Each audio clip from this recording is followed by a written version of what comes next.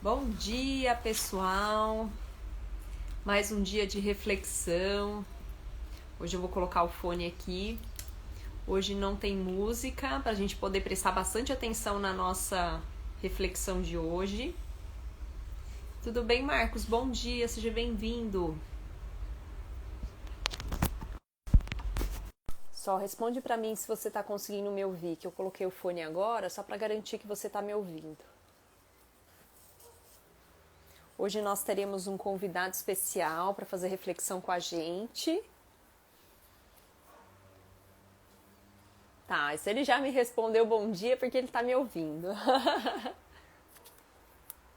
Hoje nós vamos entrar na reflexão no capítulo 31 do livro Religião dos Espíritos, do Chico Xavier, psicografia de Emmanuel. Muito bom, obrigada, Marcos, por responder aí pra gente. E o nosso convidado já chegou, já está aqui também. Hoje nós teremos Rilson Sena. Bom dia, Aloísio, tudo bem? Deixa eu já mandar aqui o convite para o Rilson, para ele entrar aqui com a gente.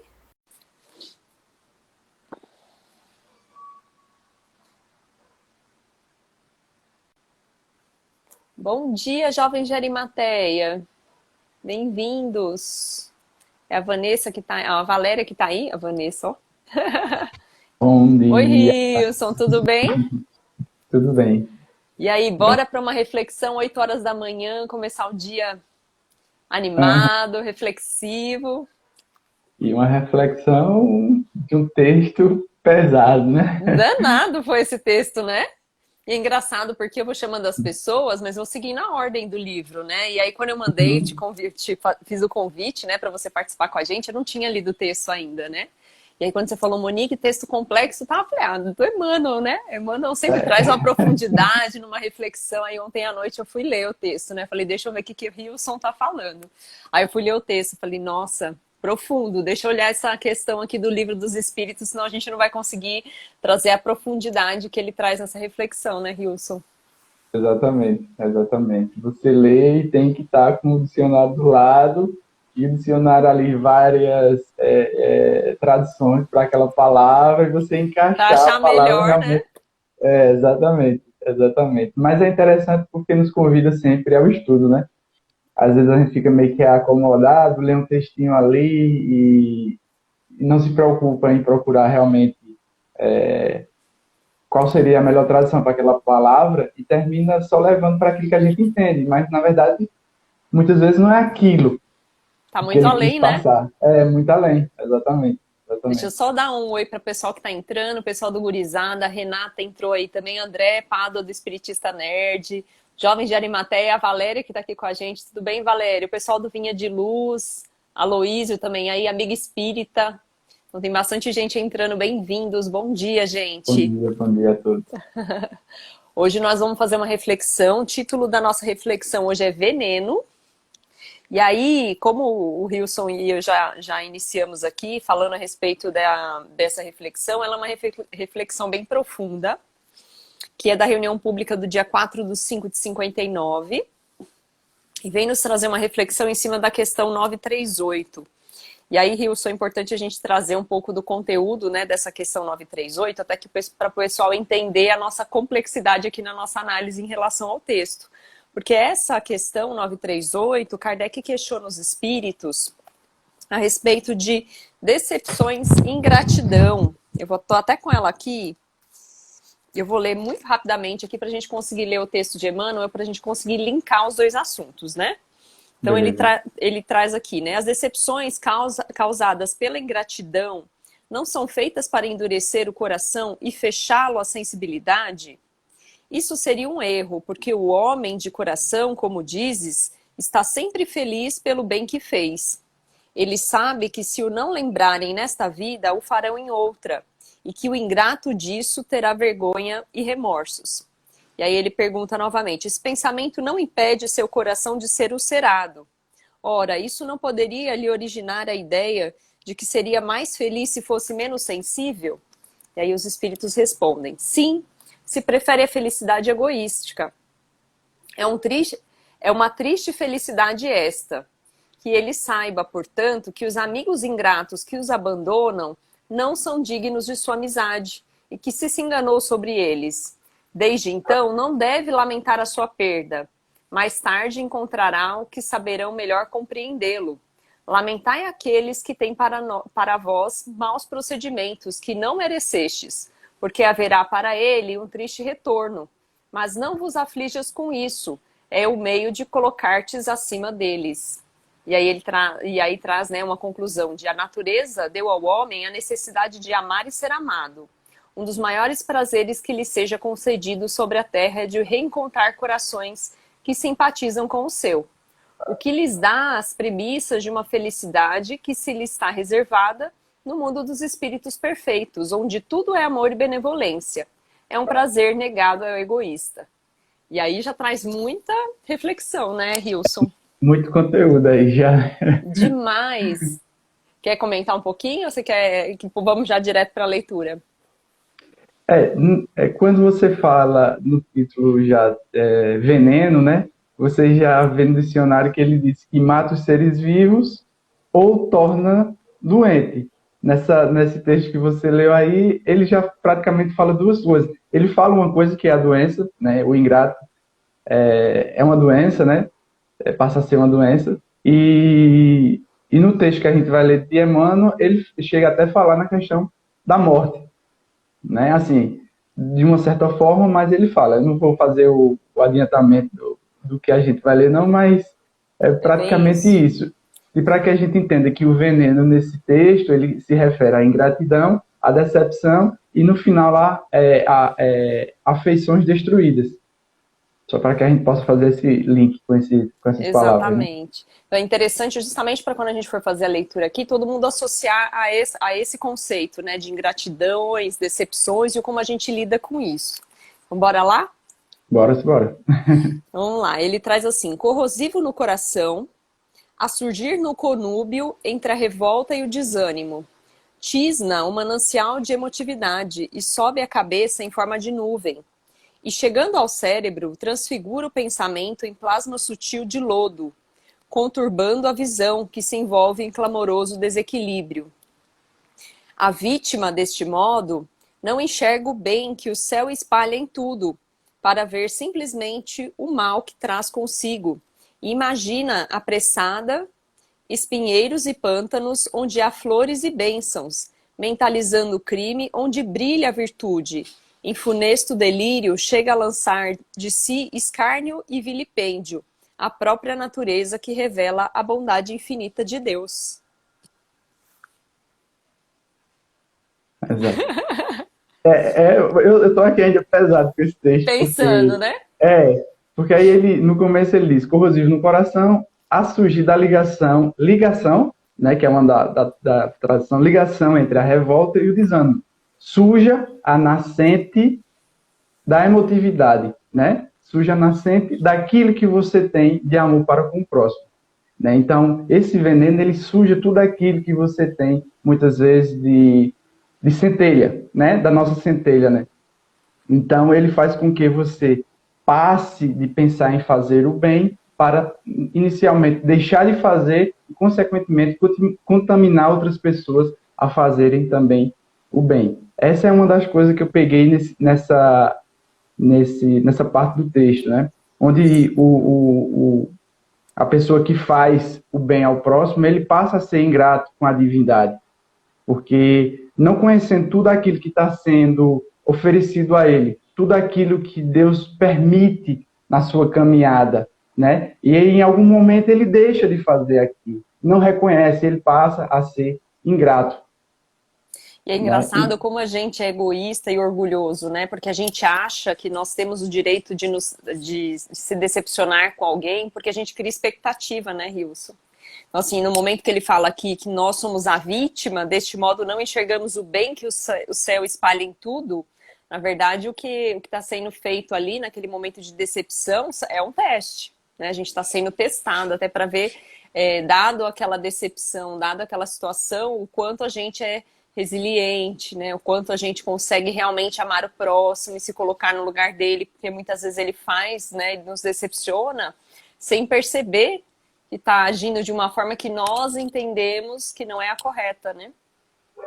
E até uma aprovação, passa a ser uma aprovação, porque se você faz o bem, sem olhar quem, se você faz o bem, né, se você ajuda, e não está preocupado com o retorno material ou de imediato, né, mas no momento que você passa a ficar chateado, né, pela ingratidão de outra pessoa, ali é uma aprovação, porque é para saber se você é egoísta ou não, porque se você ficar preocupado, você é egoísta, porque você está preocupado no retorno que você está tendo.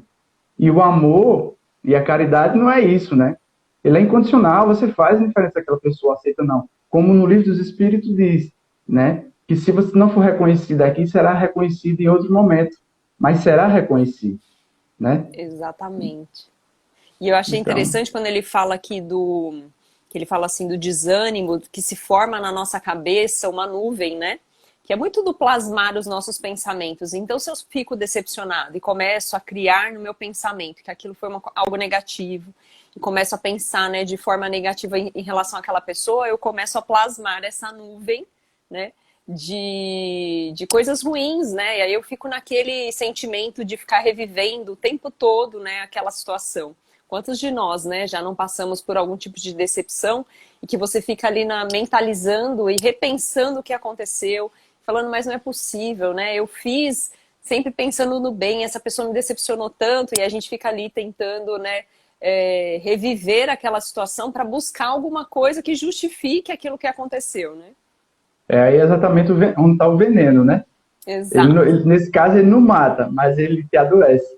E exatamente. eu sempre falo a questão da ingratidão ou da decepção que você falou, eu procuro não me decepcionar mais, porque eu já botei na minha cabeça, eu já falei em outra live, que as pessoas que estão mais próximas a mim, quem seria? Minha família, né? Então, é aquelas que eu tenho que pegar como referência, inicialmente. Então, se eu tenho noção, eu tenho ideia, a ideia de que essas pessoas que estão mais próximas a mim, elas podem me decepcionar, se eu boto isso em mente, consequentemente, as outras pessoas que estão um pouco mais longe de mim, ou aquelas que eu vou fazer alguma campanha, alguma coisa do tipo, elas podem me decepcionar porque não são gratos àquilo que a gente faz, ou decepciona de qualquer outra forma, eu não vou sentir tanto, porque na minha mente, a minha família pode me decepcionar, imagina quem não é da minha família. E não te conhece tão a fundo, né, Wilson? Exatamente, exatamente. Então não sabe do meu propósito, né? E nesse momento linkando agora no dia atual, que é esse momento de campanha, né? A gente faz alguns trabalhos sociais e o pessoal sempre quer fazer junção de ser político à ação social, né? Aí a gente está fazendo alguma campanha, Dia das Crianças a gente fez algumas e ainda tem mais para fazer, só que coincidiu com essa época de política. Então muitos olham assim, dizem, esse cara quer ser candidato. E eu não tenho nenhuma pretensão de ser candidato. E dessa água, não vou dizer dessa água, eu não beberei, porque ninguém sabe o dia de amanhã, né, Monique? Que Exato. seria que eu ser um político, para que eu venha a ter propósito maior e assim conseguir ajudar aquela comunidade no qual a gente acolhe, né, e a gente tenta procurar recursos para... Beleza. Mas nesse momento eu não tenho nenhuma pretensão. Até tenho um pouco de aversão aos políticos, não à política, certo? A política é uma coisa, os políticos são outro, a religião é uma coisa, os religiosos são outros. Beleza? A Verdade. gente tem que diferenciar essas coisas, porque senão a gente termina colocando tudo em um saco só e não é. A gente sabe que uma coisa tem a função maior e a parte de baixo, que somos nós, pecadores, né, A Monique? Então, gente, né? de alguma forma, distorce, né, o que é política, né? Exatamente. Interessante você trazer isso, porque a gente fez uma live recente, né, no meu YouTube, falando a respeito de espíritas na política. Então, quem depois quiser entrar aí para dar uma olhadinha, a gente traz o conceito de política lá da Grécia Antiga, quando, né, foi definido que deveríamos existir uma política para poder, de alguma forma, trazer a felicidade ao coletivo. E é bem interessante como a gente consegue ver que realmente se distorceu o conceito de política, né? Nós distorcemos, né, esse conceito. Mas vamos voltar aqui para o texto, senão a gente Vamos vai voltar. falar de política. Então, bora lá. E aí ele traz o seguinte: mas o agente sombrio não descansa nos olhos, porque invade os ouvidos, procurando a maldade nas palavras do amor, e descendo letal para a zona da língua, converte a boca em fossa de azedia e amargura, concitando os ouvintes do Império da Sombra como se pretendesse escurecer o sol e enlutar as estrelas. Desde então, julga acharem toda criatura expoente do vício, aceitando a suspeita em lugar de esperança e exaltando a mentira, com que se faz de si mesmo um campo deplorável de aspereza e loucura. Vixe. E aqui ele também traz para o lado sombrio, né? O quanto a gente encara, né, essa situação da decepção e da ingratidão, né? De forma negativa, a gente começa realmente a atrair, né, pensamentos negativos, a gente está atraindo aí muito mais sentimentos negativos e até estamos predispostos a algumas intuições negativas, né? E aquilo que era uma coisa tão pequena vira uma coisa gigante, né? Tudo é psíquico. Tudo é psíquico. Essa é uma palavra. Psique. Tudo é psique, né? Porque no momento que tudo acontece, você tenta, ele aí diz, tenta escurecer o sol e nublar as estrelas. Onde tem brilho, onde tem luz, você tenta escurecer e você tenta viver na escuridão, porque você está conectado com aquilo. Aí ele fala em 3 aspectos aí. Ele fala no olhar, no ouvir e no falar. Certo? Aí quando você pensa no olhar, a gente já vai estar contaminado pelo veneno. Então tudo que a gente olhar faz parte do que a gente está sentindo, né? Se nós, por fora do nosso corpo, no nosso entorno, está todo mundo feliz e fazendo bem, a gente não enxerga isso. Enxerga muitas vezes, são oportunistas, são pessoas que estão fingindo tal coisa, mas na verdade ele não sabe o que está acontecendo. Então ele já está olhando, né? Então ele está julgando pelo olhar, ele está ouvindo, ou muitas vezes não ouve, porque não dá tempo ele deixar a pessoa esclarecer muitos fatos. Então ele ouve o que quer ouvir, na verdade, e na verdade não, o que eu penso, né? A gente tem a questão de falar a verdade, mas na verdade não é o que eu falo. E é só um pensamento. E na questão da fala, né? E depois de olhar, ouvir, ele vai falar. Então ele fala aquilo que o coração está cheio. Né? Então, e no falar ele tem uma questão maior, que ao falar eu posso contaminar outras pessoas que estão ao meu redor e que não sabem a real história. Isso eu digo que existem os 2 lados, né, numa separação de um casal, né, Monique? Existe 2 lados, não, na verdade são 3, né? É um lado do marido, um lado da esposa e a verdade. São 3 lados, né? Então, quando alguém vem me falar sobre alguma coisa de fulano, aí eu digo, certo, mas ainda tem outro lado. Eu não posso fazer juízo de valor, né, só pelo seu lado. Eu tenho que ver o lado do outro. E quando a gente vê o lado do outro, é totalmente diferente do que o primeiro colocou. Então, eu digo, meu amigo, a verdade está aqui no meio e eu não vou saber como julgar. É verdade. Mas, né, então eu enxergo mais ou menos como isso.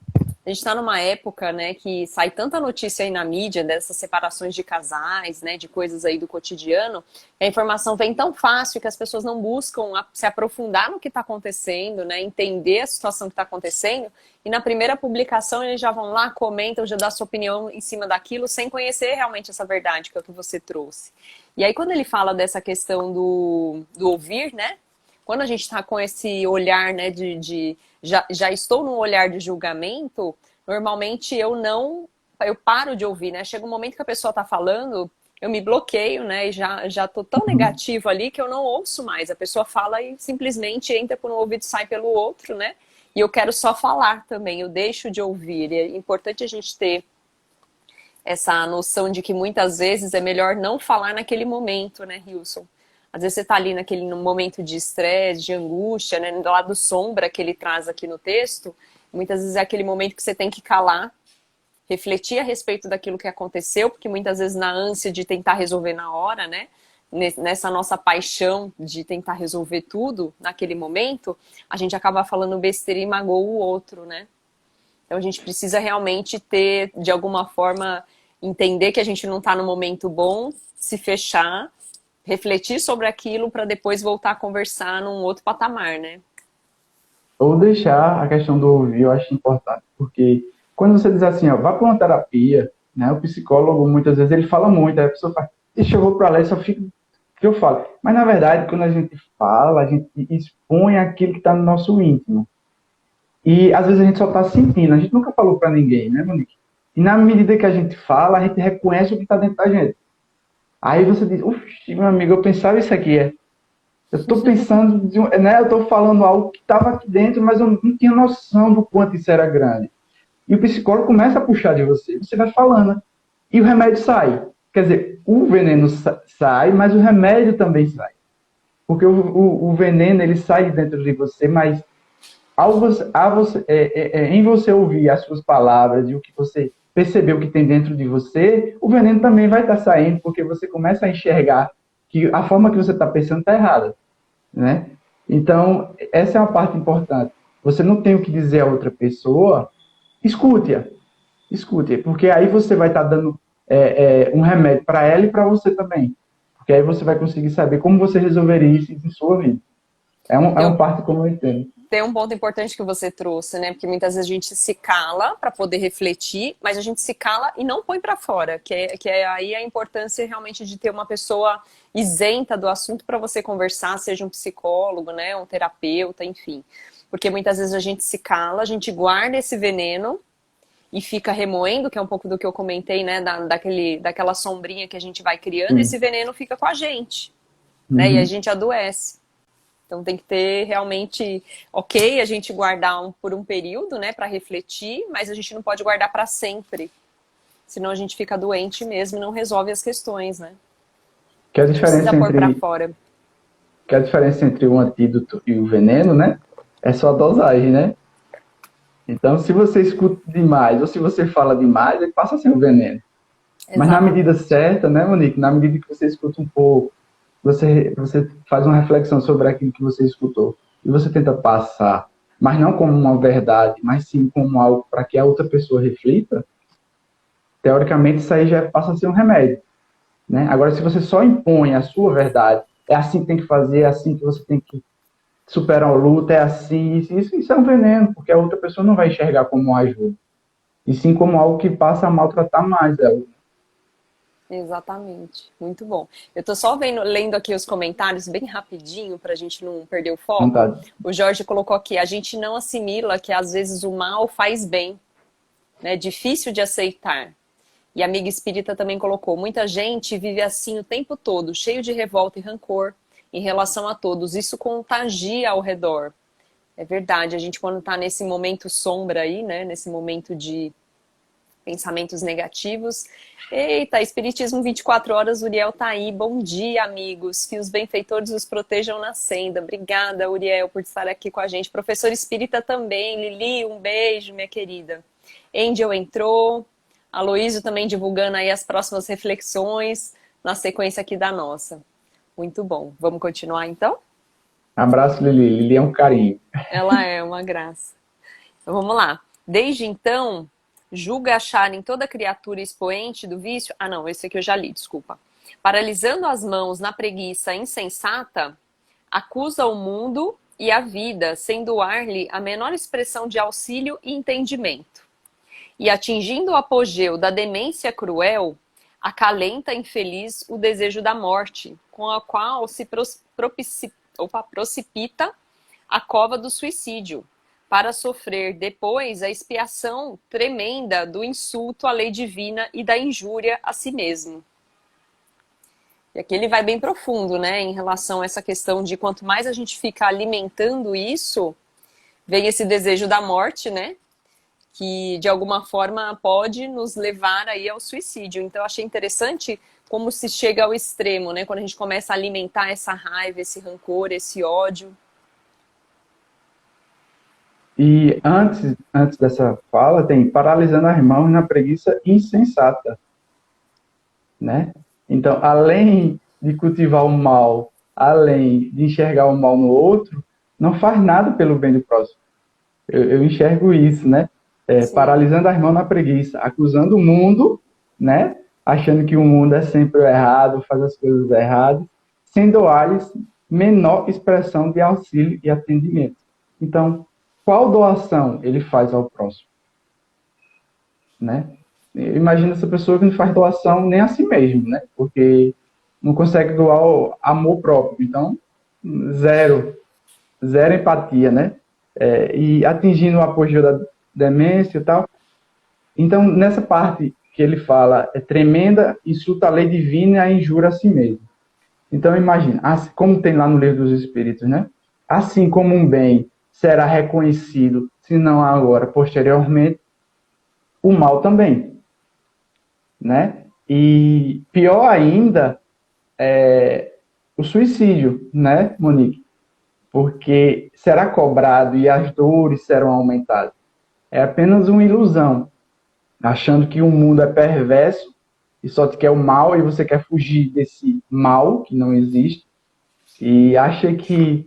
Então tem a ver com o que a gente imagina posteriormente da vida, né? Então cada ser ele vai entender a morte de um sentido e isso vai influenciar nessa sua decisão de tirar a sua própria vida ou não.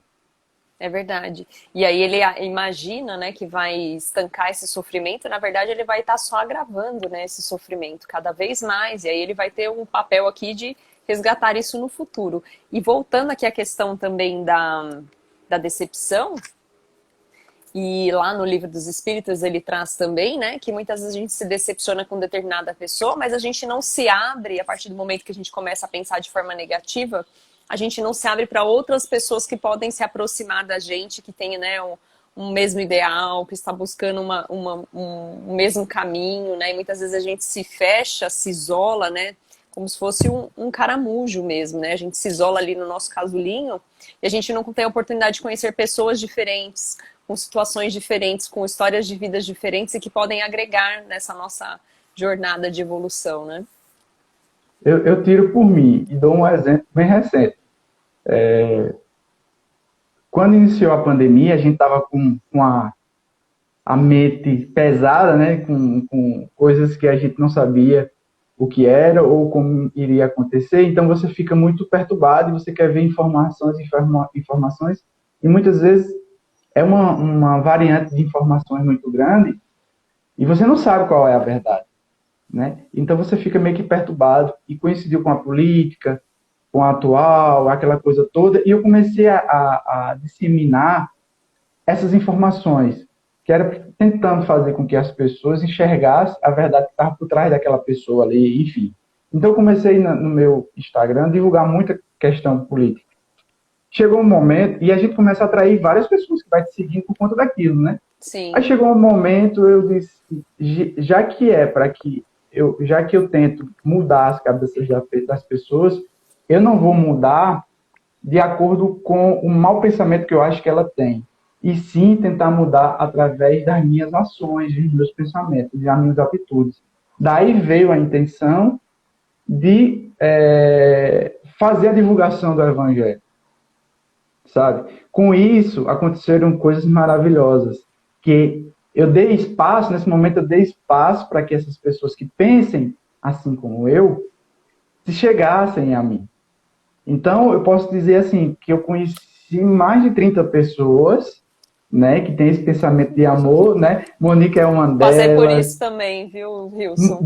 Você é uma delas, Lili é uma delas, Marcelo Bispo é uma delas, Deusa Samuel. Se eu for citar aqui, tem várias pessoas que eu fiz live, pessoas que eu só acompanhava pela Rádio Boa Nova, entende? Então, eram pessoas que estavam longe de mim e aquela coisa, escutava naquele momento, de repente eu vim para o meu mundo. E hoje essas pessoas fazem parte do meu mundo. E eu agradeço muito a Deus essa oportunidade, desse momento tão difícil, a gente ter novas amizades. Então, eu me abri. Né? São pessoas de apoio, né? Que têm uma visão muito parecida, muito semelhante à nossa, e a gente vai se fortalecendo, né, Wilson? De alguma forma, muito, né? Determinado desânimo, né? Você se espelha nessas pessoas, você troca com essas pessoas e você vai sair dessa relação fortalecido, né? Exato. E outra coisa, a gente começa fazendo as lives, né? Aí a gente faz, e chega um momento que dá um desânimo, assim. Eu não sei contigo, mas comigo acontece. Assim, rapaz, eu acho que eu não estou muito preparado, não. Aí, de repente, vem aquela mensagem no direct. Olha, eu assisti sua live, foi maravilhoso, mudou minha vida. A gente não tem noção do quanto... Eu fico aqui emocionado, eu fico arrepiado, porque são mensagens muito carinhosas. As pessoas mandam e você não tem noção do quão longe você atinge essas pessoas. É verdade. Né? Então, Aí dá uma energia para você voltar, né? Para você continuar. Então, a gente Eu tá acho que aqui até quando Deus quiser. isso daí é a espiritualidade trabalhando a favor aqui do nosso trabalho, né, de comunicação, porque realmente a gente sempre tem esses baixos, e é nesses baixos que alguém vem e te manda uma mensagem falando, ai, você podia tanto fazer uma live aqui no meu canal, nossa, essa Aham. mensagem para mim foi importante na data de hoje, né, quando a gente recebe essas mensagens ali no direct, dá até uma energia, eu brinco que são minhas lamparinas que trazem luz pro meu dia. Foi mais, é verdade. É bom demais. Vamos lá.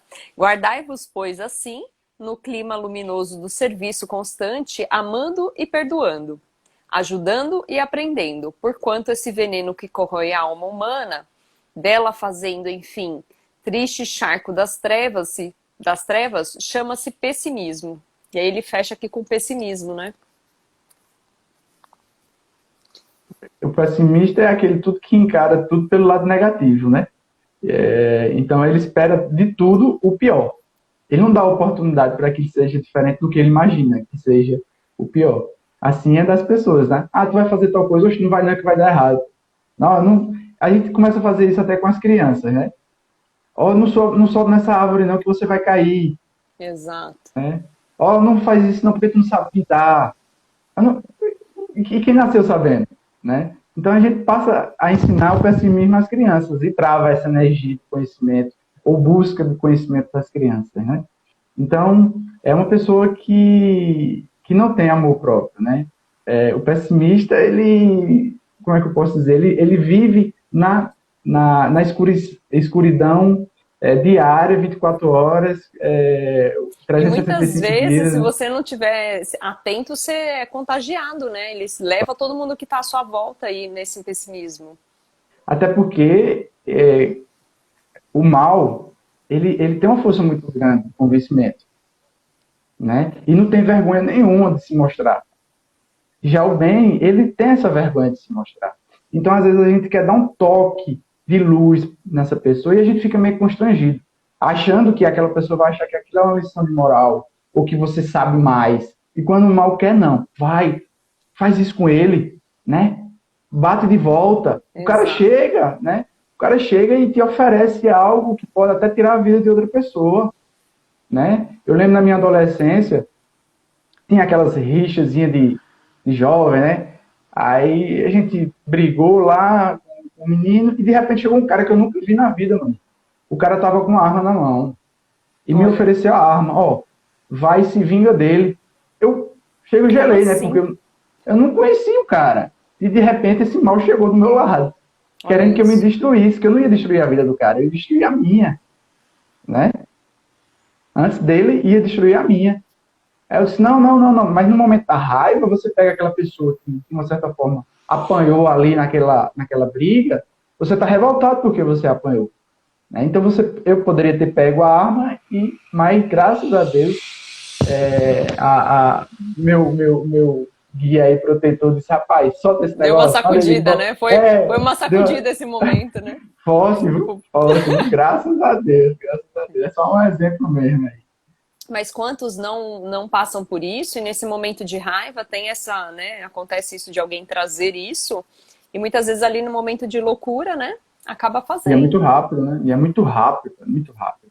É aqueles 10 segundos que mudaria tudo, né? Até menos de 10 segundos, mas a ciência diz que é em torno de 10 segundos. Por isso que dizem, contem até 10 antes de responder ou de fazer algo, né? Quando você está com raiva de alguém, você sai e essa pessoa está longe, você vai lá para tomar satisfações, nesse caminho você já vai refletindo. E chega lá, feito aconteceu também na obra, né? O pedreiro, na obra que eu acompanhei, o pedreiro, o servente xingou a mãe do pedreiro, aí um dos outros serventes foi dizer a ele. Aí ele disse, eu vou matar agora. Só que o andar tinha mais de 10 andares. E ele foi pela escada, né? Aí o cara lá já Até estava chegar esperando. lá, né? Oxe, o cara lá em Já cima já estava. refletiu Já, tanto. então, o cara lá em cima já estava esperando ele, já. Eu mato ou morro.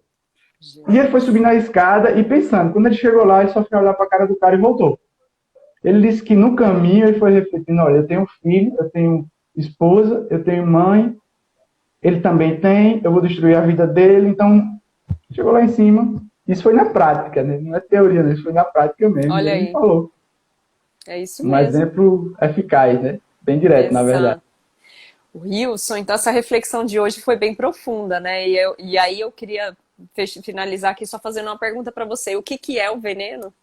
Qual foi a conclusão desse veneno no final? O veneno, para mim, é tudo aquilo que nos mata ou nos deixa doente. E o veneno, ele não só mata ou deixa doente você. Ele deixa também aqueles que comem do seu prato. São aqueles que estão na borda da sua vida. Né? Porque se o meu prato está envenenado, todos aqueles que estão na borda ou se alimentam dele também ficarão doentes ou morrerão. E esse veneno está dependendo do que nós alimentamos, né? Como É é que uma a gente escolha vai, nossa, né? como a gente vai preparar essa comida?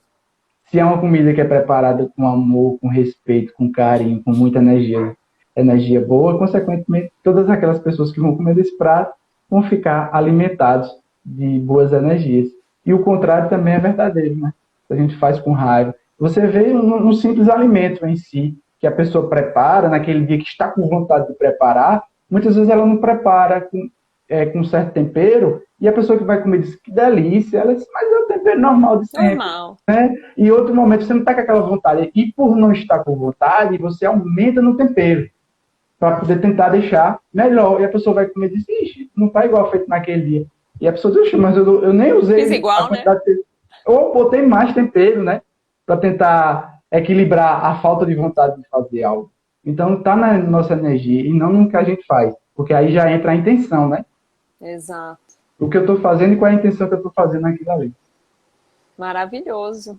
Muito bom. Hilson, queria agradecer a sua participação e você ter aceitado aí o nosso convite. Meu canal tá aberto aí para você sempre. Gente, quem não conhece o trabalho do Hilson, entrem aí, Hilson Sena, né?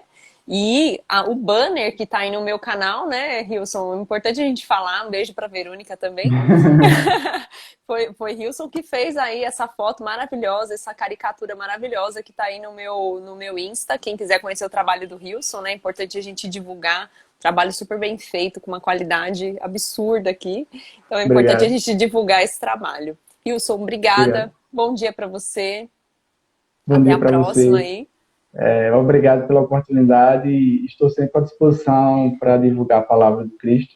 E em breve você estará comigo numa live lá no meu canal também, tá? Bora, bora. Beleza? Então, muito obrigado. Foi um desafio, porque é a primeira que eu faço pela manhã, né? Geralmente de manhã eu estou meio travado mentalmente. Eu acho que a maioria, né, que chega aqui fala alguma Sim, coisa do tipo, né? Mas foi muito bom, foi muito bom. muito Foi bom. muito, É, muito bom porque mesmo. esse trabalho que a gente está fazendo esse horário é o desafio mesmo, o desafio dos 21 dias da Carol Oliveira e que acabou virando 91 dias, né? E a gente vai Muito terminar bom. esse livro aqui, ó, porque o pessoal pediu para a gente terminar o livro, né? E com esse Aham. conteúdo que você percebeu da leitura de hoje, é desafiador. Exatamente, mas é muito bom, muito bom. Muito Obrigada, feliz. viu? Até mais. Até mais. Obrigado. Bom dia a todos. Tchau, Tchau, tchau. tchau.